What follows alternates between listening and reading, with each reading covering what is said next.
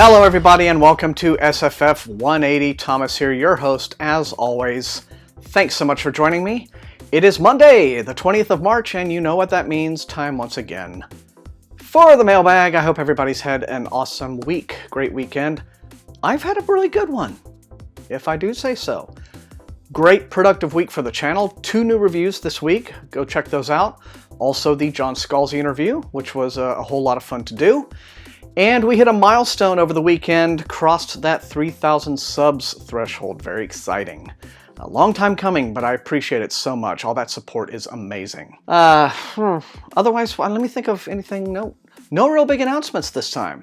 So we're just going to go ahead and get right into the books this week because it's, I'd say, about an average week in terms of volume. So let's see what we have then, shall we? Get it out of the way.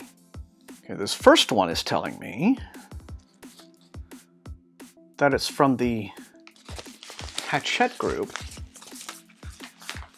but it feels very thin, like it's like maybe a catalog or something. Might I get it? Well, we'll find out. All right. Well, this is a bit unusual. I don't usually get this sort of thing. This is a promotional, I guess, booklet. It's not the actual arc. Don't know why, but a promotional book for the Tyrant's Throne, which is going to be the 4th and final volume in Sebastien de Castel's Greatcoats series. The book itself comes out in June. It doesn't give an exact date, just says June at this point. But anyway, what is in this little thing? This is, as you see, this is just like a little booklet, little stapled thing. Let's see, look inside for a letter from author Sebastien de Castel to his readers. Handy recaps of the first 3 books in the Greatcoats series, Traitor's Blade, Knight's Shadow, and Saint's Blood. Never-before-seen letters from King Palus to Falcio, Kest, and Brasti. Okay. And an exclusive excerpt of the 4th and final book, Tyrant's Throne, which, like I said, comes out in June. So, well, this is kind of neat. It's a funny thing to get, though. Like I said, this sort of thing rarely turns up.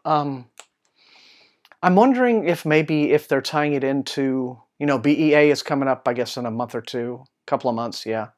And so it's that season, and so they're, because this seems like the sort of thing that might be prepared for BEA and a conference like that, when they haven't got the actual books ready, but they want to start getting the buzz going. But anyway, who cares? Tyrant's Throne, if you're a Greatcoats fan, the series finishes this summer in June. I'm sure I'll get the book when it's ready. All right. And next up we have this package here from Del Rey. This is an arc for The Black Elfstone from Terry Brooks. This is, I guess, the latest story arc in the Shannara series, the ongoing, I guess for 40 years now, Shannara series. This comes out June the 13th. And what it says is that this is, okay, the first book of the triumphant and epic 4-part conclusion to the Shannara series.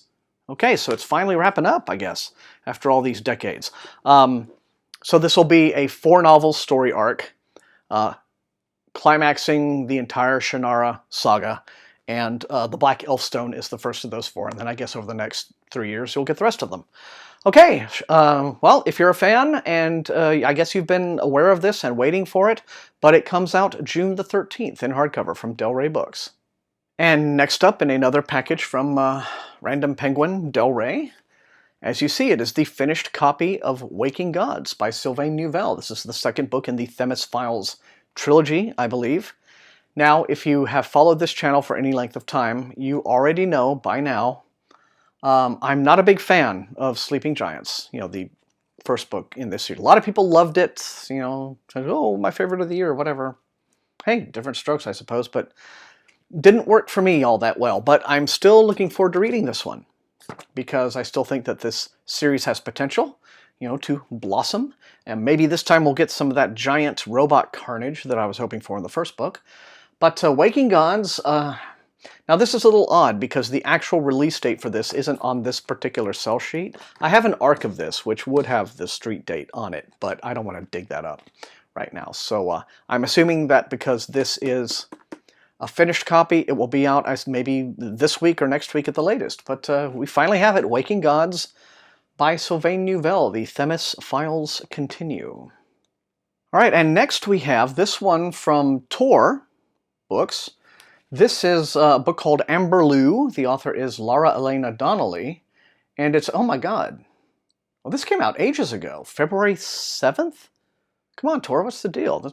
Talk about getting late. Well, I mean, I'm glad I got it eventually. Appreciate it, thank you. But what is this? Okay, this looks to be what they're calling deco-punk, which is a little subgenre, you know, that can cross fantasy, alternate history, whatever have you, but it's specifically stories set during the Jazz Age, the 1920s. Catherine Valente's Radiance would be an example. But anyway, what do we have to learn about this book? Amberloo, it says John le Carré meets Cabaret. In this debut, as a gay double agent schemes to protect his smuggler lover during the rise of a fascist government coup. That's interesting. We seem to be getting more and more books these days about fascist governments coming into power and people resisting them. I wonder what that could be all about. Well, anyway, Amberloo, okay, follows the fate of a cabaret dancer, a smuggler, and a gay spy during the rise of a fascist government coup in a richly built alternate world. Let's see, Robert Jackson Bennett really likes this. Okay. Trust no one with anything, especially in Amberloo City. Covert agent Cyril DePaul thinks he's good at keeping secrets, especially from his lover, the smuggler and cabaret dancer Aristide Macrocosta. Now that's a name. But when Cyril participates on a mission that leads to disastrous results, he turns to streetwise Cordelia. Turn the page. A top dancer at the Bumblebee Cabaret, who could be the key to Cyril's plans if she can be trusted. As the twinkling lights of nightclub marquees yield to the rising flames of a fascist revolution, these three will struggle to survive using whatever means and people necessary, including each other. The setting sounds absolutely amazing. Yeah, I'm really looking forward to getting into this. But Amberloo, Laura Elena Donnelly, and it is out now, been out for a little while, from Tor Books in hardcover. Okay, well, the late arrivals train, I guess, keeps chugging along, but this is A Conjuring of Light by V.E. Schwab, and as you know, this is the final volume in the Shades of Magic trilogy. I have reviewed the first one here on the channel. I am working on the second one right now because it is a finalist in the BookTube SFF Awards, and I'm running behind on reviewing it anyway. And now here we have the third one, set in this fascinating fantasy realm of parallel Londons and a magical battle for power taking place between them. This came out in hardcover, golly, the 21st, so a whole month ago. Come on, Tor. But anyway, yes, the battle between four magical Londons comes to a head in this stunning finale to the Shades of Magic trilogy by Rising Star Schwab, and she's on a very successful tour for this right now, and this one's fat. Like 600 some odd pages for this one. So, all right then, out now from Tor Books. I liked the first one of these, Darker Shade of Magic, although I thought it was enjoyable on the level of good escapist fluff, and not really anything deeper than that. But that's fine. We all need escapist fluff in our fantasy. So here we go. Available now, A Conjuring of Light. Okay, and next up, it looks like we're a little more current on this one, you guys. This is also from Tor, but, oh, this looks great. This is by Alan Steele, a very highly respected science fiction writer over many years. And this is Avengers of the Moon.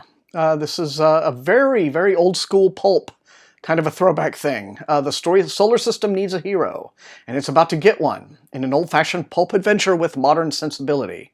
Avengers of the Moon comes out April 11th. Let's see what we have. I like the look of this, I really do. Let's see. It was an age of miracles, an era of wonder, it was a time of troubles, it was all these things and more, except there were no heroes. Naturally, one had to be created. Kurt Newton has spent most of his life hidden from the rest of humankind, being raised by a robot, an android, and the disembodied brain of a renowned scientist. Yay, diversity.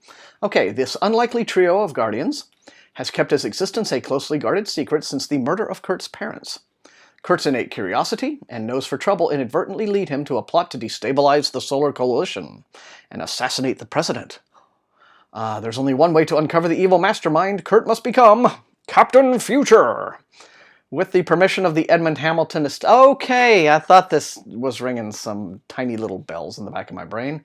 The Edmund Hamilton estate, Alan Steele revives the exciting adventures of Captain Future with his own modern take on a pulp classic. Okay, so this could be like, you know, very similar to what John Scalzi did with Fuzzy Nation, a reboot from something from science fiction's past. You know, and Edmund Hamilton was one of the, you know, really, really old school space opera pioneering writers. Yeah, and a lot of fun for that sort of thing.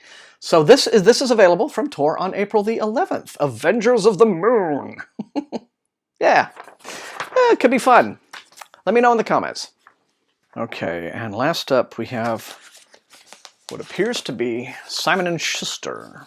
And it is. This is the finished copy in hardcover of The Moon and the Other. This is the new novel by John Kessel.